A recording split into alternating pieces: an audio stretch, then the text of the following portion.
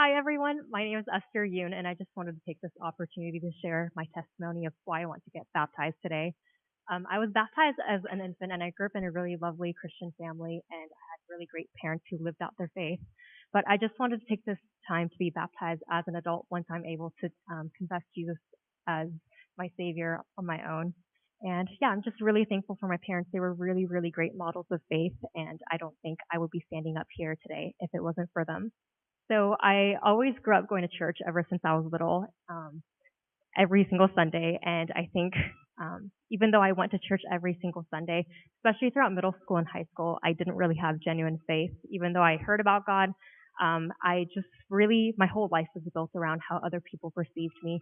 I kept on looking for validation from how other people perceived me. I thought that if I was skinnier, if I was prettier, if I had better friends, if I had a boyfriend who loved me, I thought my life would be meaningful and that I would be happy, but I never was.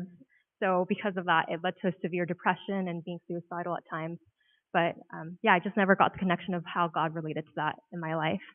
And I went on to college and I went to San Diego. And it's really through God's grace that I got really plugged into InterVarsity Christian Fellowship. And I was able to see for the first time and experience God's love for me firsthand and just see how He is the only one that I should seek validation from. He is the only one that gives my life meaning. And my faith really came to a crossing point when I felt like God was just putting it in my heart to break off a romantic relationship I had because I had recurred this pattern of seeking validation from how someone else saw me. So even though it wasn't an easy transition, I broke off that relationship and I was able to take steps to putting God as the number one priority in my life. And it was great. I was able to experience just how powerful God's love can transform my life and everything that He's done for me. And because I was so passionate about everything that He's done for me, I graduated from college with this really strong desire to serve the Lord. So I committed to spending 2 years of my life on a missions trip. So I decided to live in the slums of Guatemala City for a bit and lived in inner city Oakland. And yeah, I was just on fire of just sharing all the love that I experienced from God with all those around me.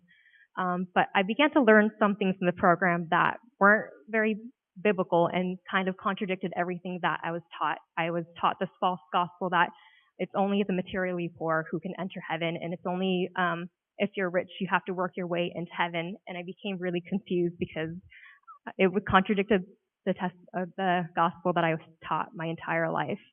And yeah, I was just really confused for a long time, but it was really only through God's grace, especially in the form of my fiance Noah, that I was able to leave the program after a year. And my parents invited me to move back with them to South Korea.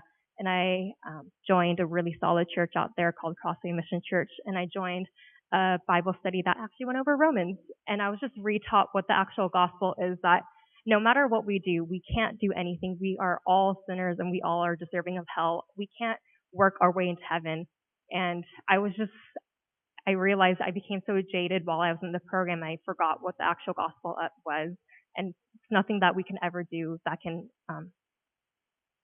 get our way into heaven. It's only because of what Jesus had done on the cross.